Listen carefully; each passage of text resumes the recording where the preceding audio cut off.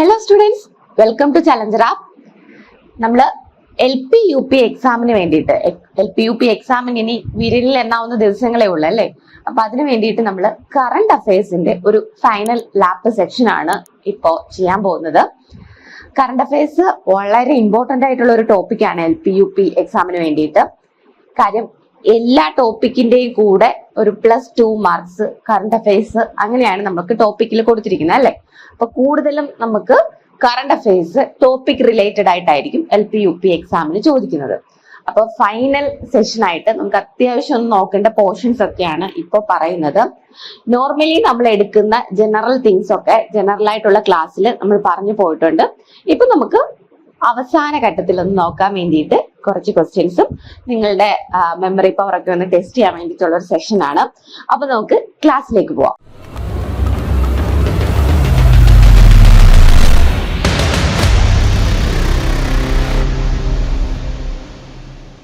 ചട്ടമ്പി സ്വാമികളുടെ പ്രതിഷ്ഠയുള്ള ക്ഷേത്രം, ഈയിടെ ചട്ടമ്പി സ്വാമികളുടെ പ്രതിഷ്ഠയുള്ള ഒരു ക്ഷേത്രം നിർമ്മിക്കുന്നുണ്ട്. എവിടെയാണെന്നറിയാമോ?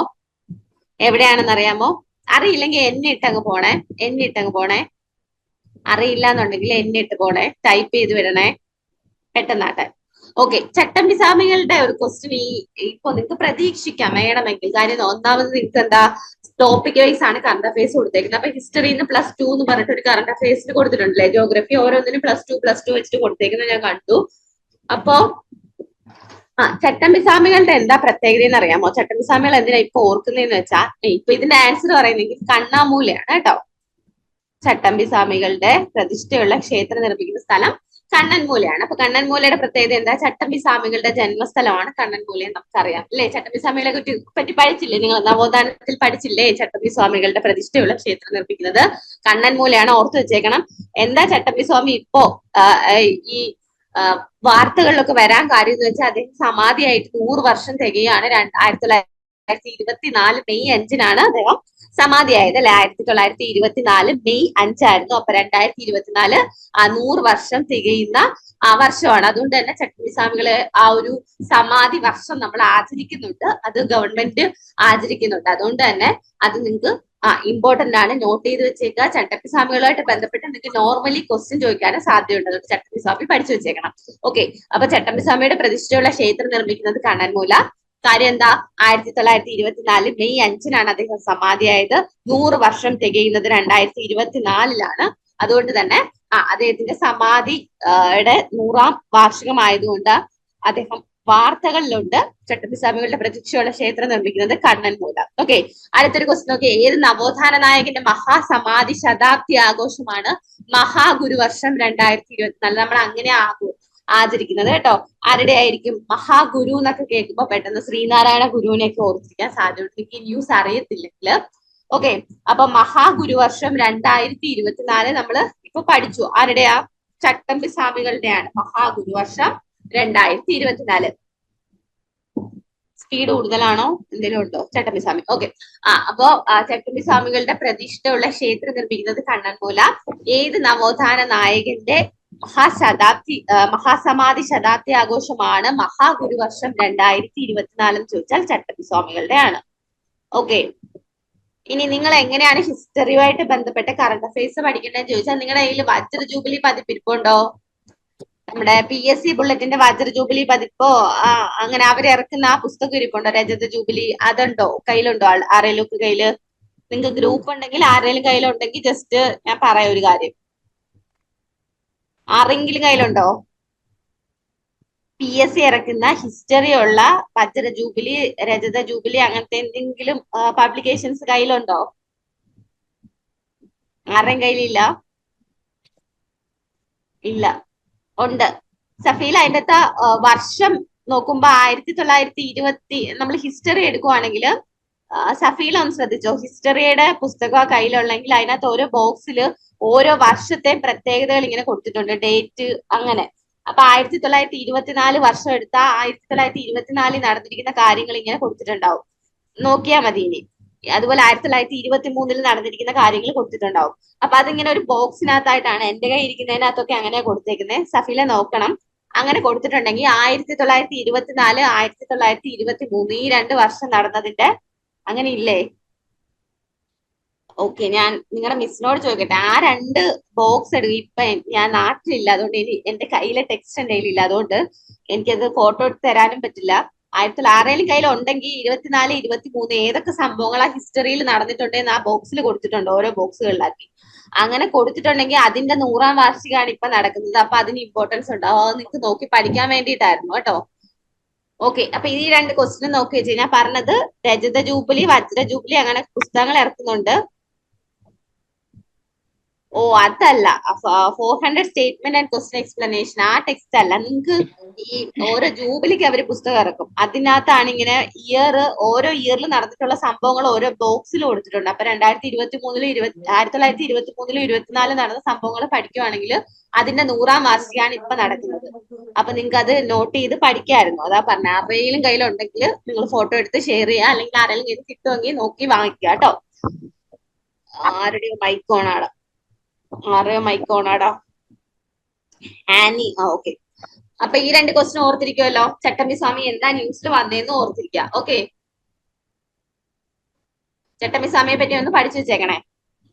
അതുപോലെ 2023 എത്രാമത്തെ സർവമത സമ്മേളനമാണ് ആലുവ അദ്വൈതാശ്രമത്തിൽ നടന്നത്? ആലുവ അദ്വൈതാശ്രമത്തിൽ സർവമത സമ്മേളനം നടക്കുന്നുണ്ട്. അപ്പോ എത്രാമത്തെയാണ് 2023 നടന്നതെന്ന് അറിയാമോ? നിങ്ങൾ ഇപ്പൊ ഇങ്ങനത്തെ ക്വസ്റ്റ്യൻ നോക്കുമ്പോ നിങ്ങൾക്ക് കണക്കൂട്ടി പറയാൻ പറ്റും. 100ാമത്തെയാണ് അല്ലെ? 100ാമത്തെ 2023 നടന്നത് 100ാമത്തെയാണ്. ഞാൻ ഇങ്ങനെ പെട്ടെന്ന് നിങ്ങൾക്ക് ഉത്തരത്തിലേക്ക് എത്താൻ പറ്റും, അതുകൊണ്ടാണ് ഞാൻ അതെടുത്ത് വെച്ച് നോക്കാൻ പറഞ്ഞത്. ഓക്കെ, അപ്പൊ എന്നായിരുന്നു ആദ്യത്തെ സർവമത സമ്മേളനം നടന്നത്? 1924 ശിവരാത്രി നാളാണ്. അപ്പൊ 24 കൂട്ടണം, 2023 കൂട്ടണം. അപ്പൊ നമുക്ക് 100ാമത്തെ സർവമത സമ്മേളനം 2023 കിട്ടും. ആ കണക്കും തെറ്റിപ്പോരുത് കേട്ടോ. അങ്ങോട്ടും ഇങ്ങോട്ടും അങ്ങനെ ചോദിക്കും. 2023 100ാമത്തെ സർവമത സമ്മേളനം നടന്നത്. അപ്പൊ ചിലപ്പോ നിങ്ങൾക്ക് 1924 കൂട്ടിയിട്ട് 2024 വേണമെങ്കിൽ ആൻസർ എഴുതാം. അപ്പൊ അതും തെറ്റിക്കരുത്, നോട്ട് ചെയ്ത് വെച്ചേക്കണം. ഇങ്ങനത്തെ കാര്യങ്ങൾ ഹിസ്റ്ററിയുമായിട്ട് റിലേറ്റ് ചെയ്ത് ഇങ്ങനെയാണ് കറണ്ട് അഫയേഴ്സ് ചോദിക്കുന്നത്. മനസ്സിലായോ? ആരാ സർവമത സമ്മേളനം നടത്തിയേ? ശ്രീനാരായണ ഗുരു. ശ്രീനാരായണ ഗുരുവാണ്. അപ്പൊ അതുമായിട്ട് റിലേറ്റ് ചെയ്ത കാര്യങ്ങളൊക്കെ ഒന്ന് നോക്കി വെച്ചേക്കാം കേട്ടോ. അപ്പൊ അതിന്റെ ഒരു 100ാം വാർഷികമായിരുന്നു. ഇപ്പൊ നിങ്ങൾ കറണ്ട് അഫയേഴ്സ് പഠിക്കുമ്പോൾ 2023 24 ഫുള്ളായിട്ട് നോക്കിയിട്ട് പോവാ. ഇനി 24 മെയ് വരെ നോക്കിയിട്ട് പോകണം. കാര്യം പരീക്ഷയ്ക്ക് ഒരു 2-3 തൊട്ട് മുമ്പ് വരെ ചോദിച്ചിട്ടുള്ള അവാർഡുകൾ വരെ ചോദിച്ചിട്ടുണ്ട് PSC. അതുകൊണ്ട് നിങ്ങൾ മെയ് പഠിക്കണ്ട, ഏപ്രിൽ വരെ എന്നൊക്കെ ആരും പറഞ്ഞിട്ടുണ്ടെങ്കിൽ അങ്ങനെ ചെയ്യരുത്. മെയ് പഠിക്കണം, മെയ് കൂടെ പഠിച്ചിട്ടേ പോവാവൂ കേട്ടോ. മെയ് വരെയുള്ള ഈ വർഷം വന്നിട്ടുള്ള എല്ലാ അവാർഡുകളും നോക്കിയിട്ട് പോകണം. അടുത്തൊരു ക്വസ്റ്റ്യൻ, 2024 ജനുവരിയിൽ ഏത് നവോത്ഥാന നായകന്റെ 150ാം രക്തസാക്ഷിത്വ ദിനമാണ് ആചരിക്കുന്നത്? ഇങ്ങനത്തെ ക്വസ്റ്റ്യൻ ചോദിക്കണമെങ്കിൽ നിങ്ങൾക്ക് എന്തറിയണം? ഓരോ നവോത്ഥാന നായക ഒരു ഓപ്ഷനിൽ നിങ്ങൾ കൊടുത്തിരിക്കും. ആ ഓപ്ഷനിൽ കൊടുത്തിരിക്കുന്ന ഓരോരുത്തരും മരിച്ചതെന്ന് ജനിച്ചതെന്ന് നിങ്ങൾ അറിയണം, എന്നാലേ നിങ്ങൾക്ക് കിട്ടത്തുള്ളൂ. അതിൽ ഏറ്റവും പ്രസിദ്ധമായിട്ടുള്ള കുറച്ചു പേര് എന്നാ മരിച്ചത് ജനിച്ചതെന്ന് നിങ്ങൾക്ക് അറിയായിരിക്കും. അപ്പൊ അതിൽ നിന്ന് ഓപ്ഷൻ എലിമിനേറ്റ് ചെയ്ത് വേണം ആൻസറിലേക്ക് എത്താനായിട്ട്. അപ്പൊ രക്തസാക്ഷിത്വ ദിനം എന്ന് പറഞ്ഞിട്ട് ഈ ക്വസ്റ്റിനകത്ത് നമുക്കൊരു ഇതുണ്ട്. എന്താണ് രക്തസാക്ഷിത്വ ദിനം? അപ്പൊ രക്തസാക്ഷിത്വം വഹിച്ച ആരെങ്കിലും ആയിരിക്കും. 150 വർഷം മുമ്പ് രക്തസാക്ഷിത്വം വഹിച്ച ആരെങ്കിലും ആയിരിക്കും എന്ന് നിങ്ങൾ മനസ്സിലാക്കണം. എന്ന് വെച്ചാൽ ആരെങ്കിലും കൊന്നു കളഞ്ഞ ആളായിരിക്കണം. അപ്പൊ ഗുരുസ്വാമിയോ അല്ലെങ്കിൽ നമ്മൾ നോർമലി പറയുന്ന ആരും വരില്ല. അപ്പൊ അങ്ങനെയാണെങ്കിൽ ആരായിരിക്കും? രക്തസാക്ഷിത്വ ദിനം എന്നാണ് ക്വസ്റ്റ്യൻ. അപ്പൊ ആരായിരിക്കും? നമ്മുടെ കേരള ചരിത്രം പഠിക്കുമ്പോൾ നമ്മൾ ഒരു രക്തസാക്ഷിയാണ് മെയിൻ ആയിട്ട് പഠിക്കുന്നത്. ആരെയാണ് ആദ്യത്തെ രക്തസാക്ഷി? ആരാ? എന്റെ അമ്മ എന്ന് പറഞ്ഞ സുവാലിക്കണോ? അയ്യോ ആരുടെ മൈക്ക് ഓൺ ആണ്? മൈക്ക് ഓഫ് ആക്കണേ. Anagha. Sorry. Okay mic off ആക്കണേ. ആരൊക്കെ ആൻസർ പറയുന്നുണ്ട്? രക്തസാക്ഷിത്വം. നിങ്ങൾ അങ്ങനെ വേണം ആൻസർ കണ്ടുപിടിക്കാൻ കേട്ടോ. ഇതൊന്നും കണ്ട് പേടിക്കല്ലേ. ഇതൊന്നും കണ്ടിട്ട് അയ്യോ ഞാൻ ഇനി പഠിക്കുന്നില്ലെന്ന് പറഞ്ഞ് പോരുത്. ഇങ്ങനത്തെ ക്വസ്റ്റ്യൻ ചോദിക്കാൻ സാധ്യതയുണ്ട്. വരുമെന്ന് എനിക്ക് ഉറപ്പല്ല, സാധ്യതയുണ്ട്. മേ ബി നിങ്ങൾക്ക് ഇങ്ങനെ കൊടുത്തിരിക്കുന്നുണ്ട് കേട്ടോ. അപ്പൊ 2024 ജനുവരിയിൽ ഏത് നവോത്ഥാന നായകന്റെ 150ാം രക്തസാക്ഷിത്വ ദിനം എന്ന് പറയുമ്പോൾ നിങ്ങൾ ആ ഓരോ കീവേഡിൽ നിന്ന് ആൻസർ കണ്ടുപിടിക്കണം. ഓക്കെ, ആറാട്ടുപുഴ വേലായുധ പണിക്കരാണ്. നമ്മള് കേരള നവോത്ഥാനം പഠിക്കുമ്പോൾ കേരള നവോത്ഥാന ചരിത്രത്തിലെ ആദ്യത്തെ രക്തസാക്ഷി എന്നറിയപ്പെടുന്ന ആരാണ്? ആറാട്ടുപുഴ വേലായുധ പണിക്കരാണ്. ഓക്കെ, അദ്ദേഹം മരിക്കുന്നത് അല്ലെങ്കിൽ രക്തസാക്ഷിത്വം വഹിക്കുന്നത് 1874 1874 ഓക്കെ. അപ്പൊ ആറാട്ടുപുഴ വേലായുധ പണിക്കരെ പറ്റി ജസ്റ്റ് ഒന്ന് നോട്ട് ചെയ്ത് വെച്ചേക്കാം. കേരള നവോത്ഥാനത്തിന്റെ ആദ്യത്തെ രക്തസാക്ഷി എന്നറിയപ്പെടുന്നത് ആറാട്ടുപുഴ വേലായുധ. അദ്ദേഹമായിട്ട് റിലേറ്റ് ചെയ്ത് ഇപ്പൊ ക്വസ്റ്റ്യൻ ഒരു സിനിമയൊക്കെ വന്നില്ലേ, അതുകൊണ്ട് ഇടയ്ക്ക് എവിടേക്കോ ക്വസ്റ്റ്യൻസ് ചോദിച്ചായിരുന്നു. അച്ചിപ്പുടവ സമരം, മുക്കുത്തി സമരം ഒക്കെ കേട്ടിട്ടുണ്ടോ? അതുപോലെ കല്ലിശ്ശേരി കഥകളി യോഗം അതാണ്. അങ്ങനെ 1-2 ക്വസ്റ്റ്യൻസ് ഉണ്ട് ആറാട്ടുപുഴ വേലായുധ പണിക്കരുമായിട്ട് ബന്ധപ്പെട്ട്. അപ്പം നിങ്ങൾക്ക് ചിലപ്പോൾ കറണ്ട് അഫയേഴ്സ് ആയിട്ട് തന്നെ ചോദിക്കണമെന്നില്ല. ചില ആളുകളുടെ ചോദ്യം വരാനുള്ള റീസൺ അവർ കറണ്ട് അഫയേഴ്സിൽ നിൽക്കുന്നത് കൊണ്ടായിരിക്കും. അങ്ങനെയും നിങ്ങൾക്ക് ക്വസ്റ്റ്യൻസ് ചോദിക്കും കേട്ടോ. അപ്പോ ഇത് ഓർത്ത് വെച്ചേക്കാം. അപ്പൊ നമ്മൾ എന്തൊക്കെയാ പഠിച്ചേ? എവിടെയായിരുന്നു ചട്ടമ്പിസ്വാമിയുടെ പ്രതിഷ്ഠയുള്ള ക്ഷേത്രം വരുന്നത്? എവിടെയായിരുന്നു? പെട്ടെന്ന് വന്നിട്ട് ചട്ടമ്പിസ്വാമികളുടെ പ്രതിഷ്ഠയുള്ള ക്ഷേത്രം വരുന്നത് എവിടെയായിരുന്നു? കണ്ണമ്മൂലയാണ്. അതുപോലെ അദ്വൈതാശ്രമം നമ്മുടെ ആലുവയില് സർവമത സമ്മേളനത്തിന്റെ എത്രാം വാർഷികം? ഏത് വർഷമാണത്? 2023 ആണെന്ന് ഓർത്തിരിക്കണം. ഓക്കെ, ഇത് ആറാട്ടുപുഴ വേലായുധ പണിക്കരെ പറ്റി ഓർത്തിരിക്കാം. ഇനി നമുക്ക് 1873 ഡിസംബർ 28 ജനിച്ച വ്യക്തിയാണ്. 1873 ഡിസംബർ 28 ജനിച്ച വ്യക്തിയാണ് വക്കം അബ്ദുൽ ഖാദർ മൗലവി. അറിയാമോ? വക്കം അബ്ദുൽ ഖാദർ മൗലവി അറിയാമോ? ആരാ അദ്ദേഹം? ഏത് പത്രത്തിന്റെ സ്ഥാപകനാ? സ്വദേശാഭിമാനി പത്രത്തിന്റെ സ്ഥാപകനാണ്. അപ്പൊ 1873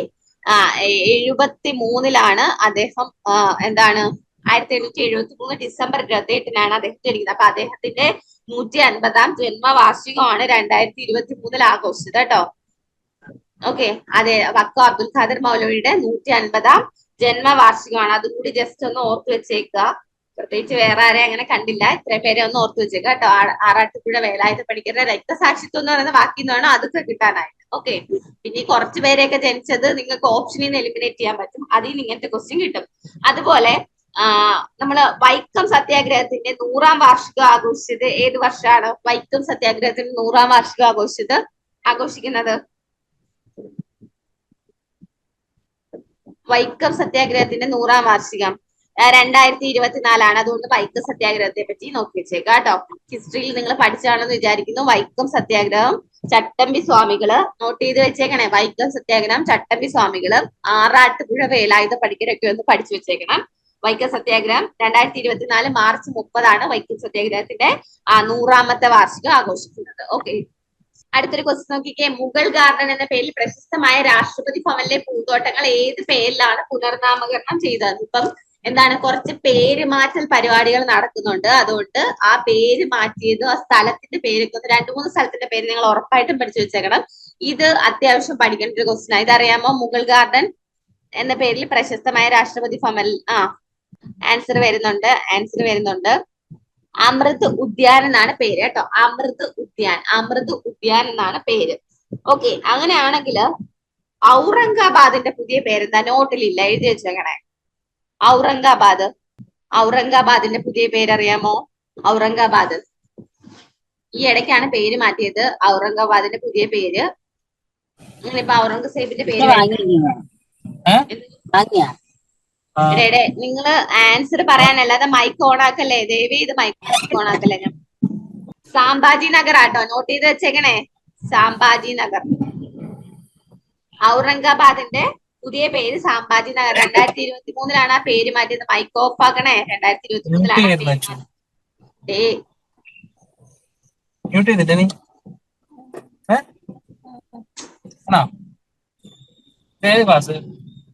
അശ്വനി സുഭാഷ്, എന്താണ് നിങ്ങൾ ഇങ്ങനെ? ഔറംഗാബാദിന്റെ പുതിയ പേര് സാംബാജി നഗർ ആണ്. 2023 കേട്ടോ. ഔറംഗാബാദിന്റെ പുതിയ പേര് സാംബാജി നഗർ, ഓർത്തിരിക്കാം. ഇനി ഹൊഷങ്കാബാദിന്റെ പുതിയ പേര് പ്രീവിയസ് ക്വസ്റ്റ്യൻ. ഹൊഷങ്കാബാദ് അറിയാമോ? ഹൊഷങ്കാബാദ് നർമ്മദാപുരം ആണ്. ഇത് 2 നോട്ട് ചെയ്ത് വെച്ചോ. ഔറംഗാബാദ്, ഹൊഷങ്കാബാദ്. ഔറംഗാബാദിന്റെ പേര് സാംബാജി നഗർ, ഹൊഷങ്കാബാദിന്റെ പുതിയ പേര് നർമ്മദാപുരം. മുഗൾ ഗാർഡൻ പുതിയ പേര് അമൃത് ഉദ്യാൻ. 3 ഓർത്തിരിക്കോ? ഔറംഗാബാദ്, സാംബാജി നഗർ 2023 പേര് മാറ്റുന്നത്. പിന്നെ അതുപോലെ ഒസ്മാനാബാദ് എന്ന് പറഞ്ഞൊരു സ്ഥലത്തിന്റെ പേര് ധരാശിവ് എന്നാക്കിയിട്ടുണ്ട്. അത് 2023 അത് കുഴപ്പമില്ല. ഇത് ഓർത്ത് വെച്ചേക്കുക, സാംബാജി നഗർ. ഓക്കെ ആണോ? നോട്ട് ചെയ്തോ? പറയട്ടെ അടുത്ത. പെട്ടെന്ന് പെട്ടെന്ന് പെട്ടെന്ന് പെട്ടെന്ന് വയ്യോ? എന്ത് സഫീലെ വൈ കൊടുത്തേക്കുന്നേ? യെസ് എന്ന് പറഞ്ഞാണോ? Okay okay okay. അടുത്ത ക്വസ്റ്റ്യൻ പെട്ടെന്ന് ആൻസർ പറഞ്ഞേ. ബാങ്കിങ് ഇടപാടുകൾക്ക് പൂർണ്ണ ഡിജിറ്റൽ സംവിധാനം ഒരുക്കിയ ആദ്യത്തെ സംസ്ഥാനം ഏത്? എല്ലാവർക്കും അറിയാവുന്ന ക്വസ്റ്റ്യൻ ആയിരിക്കും, പക്ഷേ ഇത് ചോദിക്കാൻ സാധ്യതയുള്ള ക്വസ്റ്റ്യൻ ആണ്. ബാങ്കിങ് ഇടപാടുകൾക്ക് പൂർണ്ണ ഡിജിറ്റൽ സംവിധാനം ഒരുക്കിയ ആദ്യ സംസ്ഥാനം കേരളമാണല്ലേ. ബാങ്കിങ് ഇടപാടുകൾക്ക് പൂർണ്ണ ഡിജിറ്റൽ സംവിധാനം ഒരുക്കിയ സംസ്ഥാനം ഏതെന്ന് ചോദിച്ചാൽ കേരളമാണ് ആൻസർ. അതുപോലെ 2-3 ക്വസ്റ്റ്യൻസ് വേറെയാണ്. ഇന്ത്യയിലെ ആദ്യ ഡിജിറ്റൽ സംസ്ഥാനം എന്ന് ചോദിച്ചാൽ ഏതാണ്? ഇന്ത്യയിലെ ആദ്യ ഡിജിറ്റൽ സംസ്ഥാനം അതും കേരളമാണ് അല്ലെ. ഇന്ത്യയിലെ ആദ്യ ഡിജിറ്റൽ സംസ്ഥാനം കേരളമാണ്. അതുപോലെ ഇന്ത്യയിലെ ആദ്യ സമ്പൂർണ്ണ ബാങ്കിങ് സംസ്ഥാനം ചോദിച്ചാലോ? ഇന്ത്യയിലെ ആദ്യ സമ്പൂർണ്ണ ബാങ്കിങ് സംസ്ഥാനം അതും കേരളമാണ്. ഇന്ത്യയിലെ ആദ്യ സമ്പൂർണ്ണ ഡിജിറ്റൽ പൊതുവിദ്യാഭ്യാസ സംസ്ഥാനം നിങ്ങൾക്ക് ചോദിക്കാൻ പറ്റുന്ന ക്വസ്റ്റ്യൻ ആണ്. ഇന്ത്യയിലെ ആദ്യത്തെ ഡിജിറ്റൽ പൊതുവിദ്യാഭ്യാസ സംസ്ഥാനം ഏതാ? ഇതിന്റെ എല്ലാ ഉത്തരം എന്താ? കേരളമാണ് കേട്ടോ, കേരളം. അപ്പൊ ബാങ്കിങ് ഇടപാടുകൾക്ക് പൂർണ്ണ ഡിജിറ്റൽ സംവിധാനം. ഓക്കെ, ആദ്യമായിട്ട് ബാങ്കിങ് ഇടപാടുകൾക്ക് പൂർണ്ണ ഡിജിറ്റൽ സംസ്ഥാനം ഒരുക്കിയ സംസ്ഥാനം കേരളമാണ്. ഇന്ത്യയിലെ ഫസ്റ്റ് ഡിജിറ്റൽ സ്റ്റേറ്റ് കേരളമാണ്. അതുപോലെ ഇന്ത്യയിലെ അത് സമ്പൂർണ്ണ ബാങ്കിങ് സംസ്ഥാനം ചോദിച്ചാൽ അതും കേരളമാണ്. ഡിജിറ്റൽ പൊതുവിദ്യാഭ്യാസ സംസ്ഥാനവും കേരളമാണ്. ഓക്കെ, നോട്ട് ചെയ്തോ? കേരളത്തെ സമ്പൂർണ്ണ ബാങ്കിങ് ഡിജിറ്റൽ സംസ്ഥാനമായി പ്രഖ്യാപിച്ചത് 2023 ജനുവരി 7-നാണ്. നിങ്ങൾക്ക് വേണമെങ്കിൽ സ്റ്റേറ്റ്മെന്റ് വൈസ് ചോദിക്കാം. എങ്ങനെ ചോദിക്കാം? ബാങ്കിങ് ഇടപാട് താഴെ കൊടുത്തിരിക്കുന്നവയിൽ ശരിയായത് എന്ന് പറഞ്ഞിട്ട് ബാങ്കിങ് ഇടപാടുകൾക്ക് പൂർണ്ണ ഡിജിറ്റൽ സംവിധാനം ഒരുക്കിയ ആദ്യ സംസ്ഥാനം കേരളമാണ്. കേരളത്തെ സമ്പൂർണ്ണ ബാങ്കിങ് ഡിജിറ്റൽ സംസ്ഥാനമായി പ്രഖ്യാപിച്ചത് 2023 ജനുവരി 7-നാണ്. അങ്ങനെയാണെങ്കിൽ സമ്പൂർണ്ണ ബാങ്കിങ് ഡിജിറ്റൽ ഡിസ്ട്രിക്ട് ഏതാണ്? ഡിസ്ട്രിക്ട് ജില്ല ഏതാണ്? ജില്ല ഈയിടെ ചോദിച്ച ക്വസ്റ്റ്യനാ. ആൻസർ തൃശ്ശൂരാണ്. നോട്ട് ചെയ്ത് വെച്ചേക്കണേ. കേരളത്തിലെ ആദ്യ സമ്പൂർണ്ണ ഡിജിറ്റൽ ബാങ്കിങ് ജില്ല തൃശ്ശൂരാണ്. ചോദിച്ചേ, തൃശ്ശൂർ ചോദിച്ചേ. ഓക്കെ, കേരളത്തിലെ ആദ്യ സമ്പൂർണ്ണ ഡിജിറ്റൽ ബാങ്കിങ് ജില്ല തൃശ്ശൂരാണ്. കേരളത്തെ സമ്പൂർണ്ണ ബാങ്കിങ് ഡിജിറ്റൽ സംസ്ഥാനമായി പ്രഖ്യാപിച്ചത് 2023 ജനുവരി 7-നാണ്. ബാങ്കിങ് ഇടപാടുകൾ പൂർണ്ണ ഡിജിറ്റൽ സംവിധാനം ഒരുക്കിയ ആദ്യത്തെ സംസ്ഥാനം കേരളം. ഇന്ത്യയിലെ ഫസ്റ്റ് ഡിജിറ്റൽ സ്റ്റേറ്റ് കേരളം. സമ്പൂർണ്ണ ബാങ്കിങ് സ്റ്റേറ്റ് കേരളം. ആദ്യ ഡിജിറ്റൽ പൊതുവിദ്യാഭ്യാസ സംസ്ഥാനം കേരളം. എഴുതിയോ? ഞാൻ പറഞ്ഞ 3 പോയിന്റ് നോട്ടിലില്ല. First digital state, first banking state, first digital പൊതുവിദ്യാഭ്യാസ സംസ്ഥാനം. എഴുതിയെടുത്തോ? നിങ്ങൾക്ക് കിട്ടുന്നുണ്ടോ? മനസ്സിലാവുന്നുണ്ടോ? ഓക്കെ, കിട്ടുന്നോ? സ്പീഡ് കൂടുതലാണോ? 2023 ജനുവരിയിൽ കേരള ഹൈക്കോടതിയുടെ ഉത്തരവിനെ തുടർന്ന് കേരള ബാങ്കിൽ ലയിപ്പിച്ച ജില്ലാ സഹകരണ ബാങ്ക് ഏതാണ്? വളരെ ഇമ്പോർട്ടന്റ് ആണ്. കേരള ബാങ്ക് ഇപ്പോൾ ന്യൂസിലുണ്ട്. അതുകൊണ്ട് 2023 ജനുവരി നമുക്ക് ആദ്യം കേരള ബാങ്ക് വരുമ്പോ 13 ജില്ലാ ബാങ്കുകളാണ് ഉണ്ടായിരുന്നത്. അതിനകത്ത് ഏതില്ലായിരുന്നു? മലപ്പുറം ഇല്ലായിരുന്നു അല്ലെ. അപ്പൊ 2023 ജനുവരിയിൽ ഒരു ഹൈക്കോടതി ഉത്തരവ്, നമ്മുടെ കേരള ഹൈക്കോടതി ഉത്തരവിനെ തുടർന്നാണ് ഏത് ബാങ്ക്? മലപ്പുറം ജില്ലാ സഹകരണ ബാങ്ക് കേരള ബാങ്കിൽ ലയിപ്പിച്ചത്. എന്താണ് കേരള ബാങ്ക് ഇപ്പൊ ന്യൂസിൽ വന്നേക്കുന്നത്? കേരള ബാങ്ക് ഇപ്പൊ എന്താ ന്യൂസിൽ വന്നേക്കുന്നത്?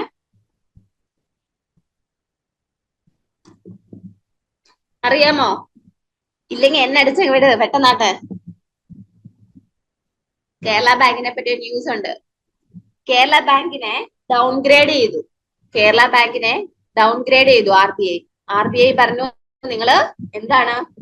നിങ്ങൾ ക്ലാസ് C ബാങ്ക് ആണെന്ന് പറഞ്ഞു. Kerala bank class C bank ആണ്. അപ്പൊ എന്താണ്? അപ്പൊ ഉദ്യോഗസ്ഥരുടെ ഒക്കെ സാലറി ഒക്കെ വേണമെങ്കിൽ കുറയും അല്ലേ? ക്ലാസ് സി ബാങ്ക് ഉദ്യോഗസ്ഥരുടെ സാലറി കിട്ടുന്നത്. അതുപോലെ പേഴ്സണൽ ലോണ് 25 ലക്ഷത്തിൽ കൂടുതൽ കൊടുക്കാൻ പാടില്ല.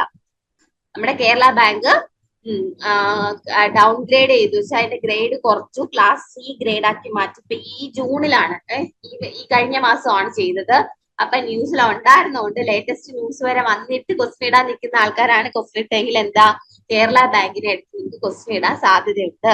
അപ്പൊ കേരള ബാങ്കിനെ പറ്റി ഓർത്തിരിക്കണം. ഈ ഇന്ത്യയുടെ 4ാമത് ലാർജസ്റ്റ് സ്റ്റേറ്റ് ഓൺഡ് ബാങ്ക് ആണ് കേരള. 4th ലാർജസ്റ്റ് ആണ് കേട്ടോ Kerala bank. 4th largest state owned bank ആണ് കേരള ബാങ്ക് എന്ന് പറയുന്നത്. പ്രസിഡന്റ് ആരാ? ഒരുപാട് പ്രാവശ്യം ചോദിച്ചു. ഇപ്പൊ പ്രസിഡന്റ്, കേരള ബാങ്കിന്റെ പ്രസിഡന്റ്, കേരള ബാങ്കിന്റെ പ്രസിഡന്റ് ആരാ? ഗോപി കോട്ടമുറിക്കൽ. കേട്ടിട്ടുണ്ടോ? ഗോപി കോട്ടമുറിക്കൽ. എഴുതിയെടുത്തോ അറിയാത്തവര്. കേരള ബാങ്ക് പ്രസിഡന്റ്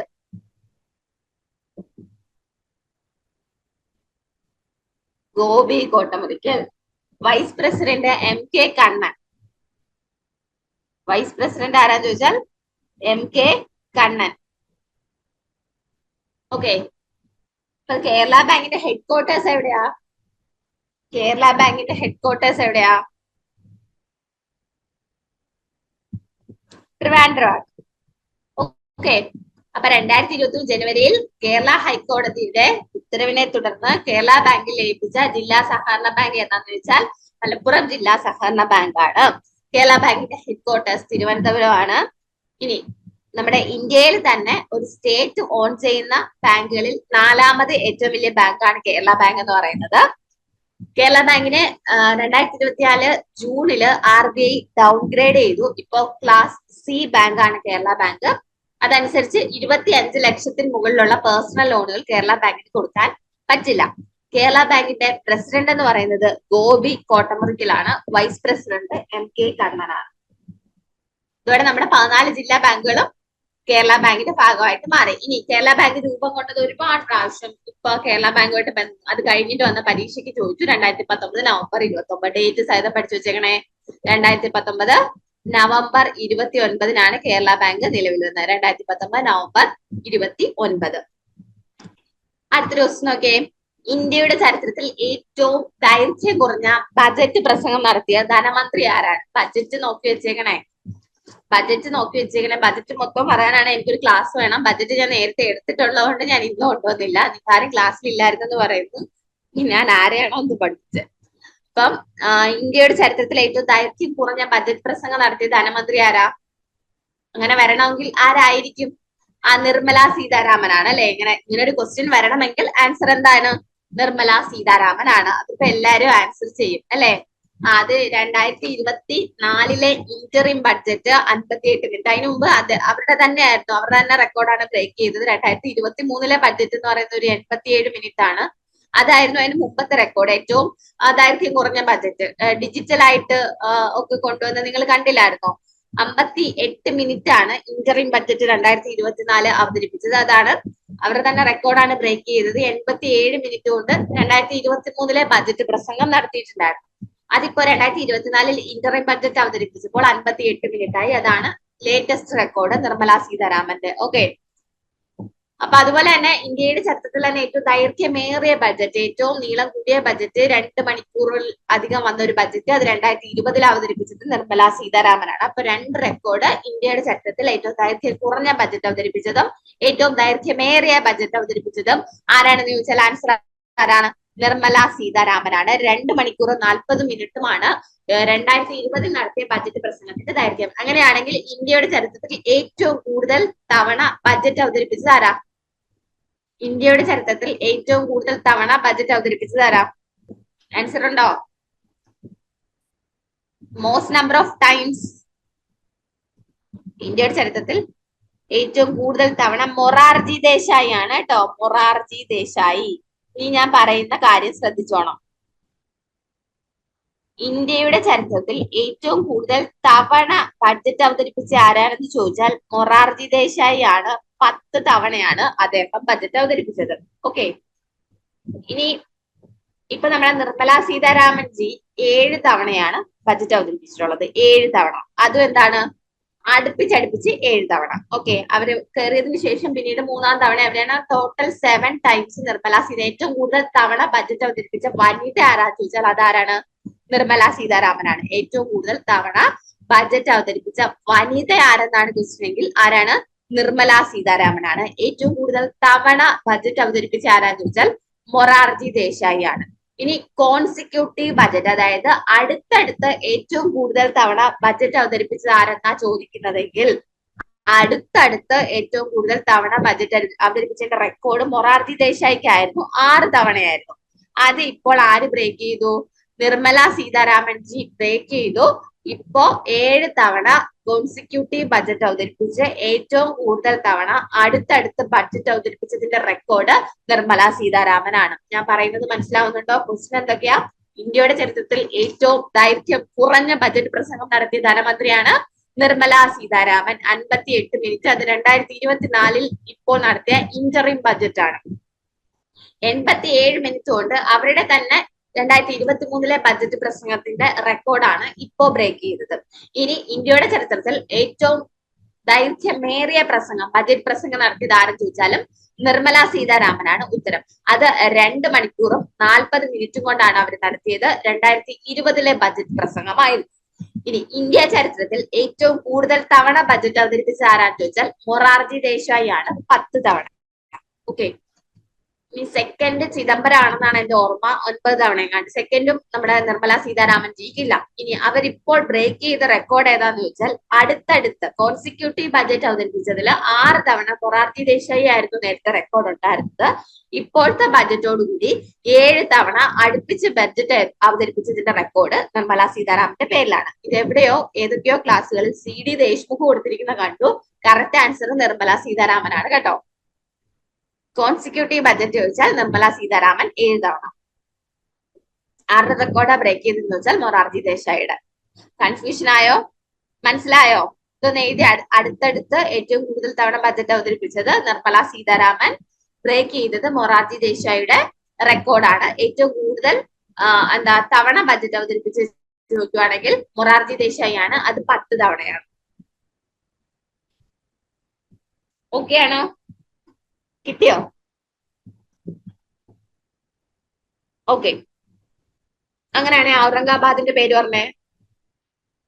ഔറംഗാബാദിന്റെ പുതിയ പേര് പറഞ്ഞേ. ഔറംഗാബാദിന്റെ പുതിയ പേര് പറഞ്ഞേ. സാംബാജി നഗറാണ്. അങ്ങനെയാണെങ്കിൽ ഹൊഷങ്കാബാദിന്റെ പേര് പറഞ്ഞേ. ഹൊഷങ്കാബാദ് നർമ്മദാപുരമാണ്. ഓക്കെ, അങ്ങനെയാണെങ്കിൽ ഏത് നവോത്ഥാന നായകന്റെ 150-ാം ജന്മവാർഷികമാണ് 2023? അതായത് 1873 ഡിസംബർ 28 ജനിച്ച നവോത്ഥാന നായകൻ ആരായിരുന്നു? പണിക്കർ. ഒന്നും കൂടെ. ആറാട്ടുപുഴ വേലായുധ പണിക്കർ. അല്ലല്ല, ജന്മവാർഷികമാണ് അബ്ദുൽ ഖാദർ മൗലവിന്റെ ആണ് ജന്മവാർഷികം. രക്തസാക്ഷിത്വ ദിനത്തിന്റെ 150-ാം വാർഷികം ചോദിച്ചാലാണ് ആറാട്ടുപുഴ വേലായുധ പണിക്കറിന്റെ ആൻസർ വരുന്നത് കേട്ടോ. രക്തസാക്ഷിത്വം, ഈ കേരള നവോത്ഥാന ചരിത്രത്തിലെ ആദ്യത്തെ രക്തസാക്ഷി എന്നറിയപ്പെടുന്ന വ്യക്തിയാണ് ആറാട്ടുപുഴ വേലായുധ പണിക്കർ. അപ്പം അങ്ങനെ നോക്കിയിട്ട് വേണം ക്വസ്റ്റ്യൻ ആൻസർ എഴുതാൻ. എപ്പോഴും ഓപ്ഷൻ നോക്കിയിട്ട് വേണം. ഹിസ്റ്ററിയുമായിട്ട് റിലേറ്റ് ചെയ്ത ക്വസ്റ്റ്യൻസ് അങ്ങനെ വന്നിട്ടുണ്ടെങ്കിൽ, കേരള നവോത്ഥാനം ഒക്കെ വന്നിട്ടുണ്ടെങ്കിൽ ആൻസർ ചെയ്യാൻ വരും എന്ന് എനിക്ക് ഉറപ്പൊന്നും പറയാൻ പറ്റില്ല. 2 മാർക്ക് 2 ക്വസ്റ്റ്യൻ എവിടുന്നെങ്കിലും ചോദിക്കാം. അപ്പൊ അത് മേ ബി ഇതിൽ നിന്നാണെങ്കിൽ ഇങ്ങനെ ചോദിക്കുന്നെങ്കിൽ നിങ്ങൾ ഇങ്ങനെ ഉത്തരം എഴുതണം. ഓക്കെ, പരീക്ഷ കഴിഞ്ഞ് വന്ന് എന്നെ ഓട്ടിക്കരുത്, നിങ്ങൾ പറഞ്ഞ ക്വസ്റ്റ്യൻ ചോദിച്ചില്ലല്ലോ എന്ന് പറഞ്ഞു. ഓക്കെ, അപ്പൊ ഇത് ഇത്ര ഓക്കെ അല്ലേ? ഏറ്റവും ദൈർഘ്യം കുറഞ്ഞത്, ദൈർഘ്യം കൂടിയത് കോൺസിക്യൂട്ടീവ് ബജറ്റ്. ഏറ്റവും കൂടുതൽ അടുത്തടുത്ത് ബജറ്റ് അവതരിപ്പിച്ചത് നിർമ്മല സീതാരാമനാണ്. ഇപ്പൊ റെക്കോർഡ് 7 തവണ മൊറാർജി ദേശായി ആയിരുന്നു. പക്ഷെ ഇപ്പോഴും ഏറ്റവും കൂടുതൽ തവണ ബജറ്റ് അവതരിപ്പിച്ച ആരാന്ന് ചോദിച്ചാൽ മൊറാർജി ദേശായി ആണ് ഉത്തരം. ഓക്കെ, സ്റ്റേറ്റ്മെന്റ് വന്നാലും എല്ലാം കിട്ടുമല്ലോ.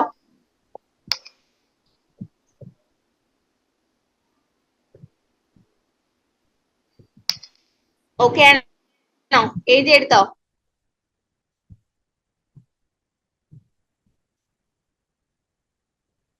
നീ ഇതെങ്ങനെ തെറ്റിച്ചിട്ട് വന്നാലാ. അടുത്തൊരു ക്വസ്റ്റ്യൻ, ഇത് കൺഫ്യൂസിംഗ് ഫാക്ട് ആണ്. ഓൺലൈൻ ഗെയിമിൽ നിന്നുള്ള വരുമാനത്തിന് കേന്ദ്ര സർക്കാർ നിശ്ചയിച്ച നികുതി നിരക്ക് എത്രയാണ്? ഒന്ന് ആൻസർ ചെയ്തേ. എന്തെങ്കിലും ഒക്കെ ഒന്ന് ആൻസർ ചെയ്തേ. അറിയില്ലെങ്കിൽ എന്നടിച്ചുവിട്ടെ, അറിയാമെങ്കിൽ ആൻസർ ചെയ്തേ. ഓൺലൈൻ ഗെയിമിൽ നിന്നുള്ള വരുമാനത്തിന് കേന്ദ്ര സർക്കാർ നിശ്ചയിച്ച നികുതി നിരക്ക് എത്രയാണ്? അറിയില്ല. ആരെങ്കിലും എന്തെങ്കിലും? 28 വന്നിട്ടുണ്ട്. വേറെ 8.5 അതെവിടുന്ന് വന്നത് എനിക്കറിയില്ല. 18. കുഞ്ഞുങ്ങളെ ആൻസർ 30% ആണ് കേട്ടോ. 30% ആൻസർ എന്ന് പറയുന്നത്. ഇതിന്റെ ക്വസ്റ്റ്യൻ എന്ന് വെച്ചാൽ 28 ഹഫ് ആണെന്ന് തോന്നുന്നു അല്ലെ? 28 പറഞ്ഞത്. 28 എന്ന് പറയുന്നത് ഓൺലൈൻ ഗെയിമുകൾക്കുള്ള GST സ്ലാബ് ആണ്. GST സ്ലാബ് ഓൺലൈൻ ഗെയിം എന്ന് മാത്രമല്ല. എന്ന് വെച്ചാൽ ഇതിന്റെ വ്യത്യാസം എന്താന്ന് ഞാൻ പറഞ്ഞുതരാം. നമ്മൾ ഓൺലൈൻ ഗെയിം നടത്തിപ്പുകാരില്ലേ, ഓൺലൈൻ ഗെയിമുകൾ നടത്തുന്ന കമ്പനിക്കാർ, അവർക്ക് ലാഭം കിട്ടില്ലേ, അവരടക്കേണ്ട, അതായത് ഗ്യാംബ്ലിങ് അതുപോലത്തെ കാര്യങ്ങളൊക്കെ ഉണ്ടല്ലോ. നമ്മള് വാതുവെപ്പ്, അതുപോലെ ഗോവയിലൊക്കെ നമുക്ക് ഗ്യാംബ്ലിങ് അങ്ങനത്തെ കാര്യങ്ങളൊക്കെ അവൈലബിൾ ആണ് അല്ലെ? അപ്പൊ അങ്ങനെ നടത്തിപ്പിക്കുന്ന ആ കമ്പനിക്കാരില്ലേ, അപ്പൊ അല്ലെങ്കിൽ ഏതെങ്കിലും ഓൺലൈൻ ഗെയിം പൈസ കൊടുത്ത് നമ്മൾ കളിക്കുന്ന ഗെയിം നടത്തുന്ന കമ്പനിക്കാര്, അവരടക്കേണ്ട GST സ്ലാബ് ആണ് ഏതെന്ന് പറയുന്നത് 28% സ്ലാബിൽ കിടക്കുന്നത്. ഏതാണ്?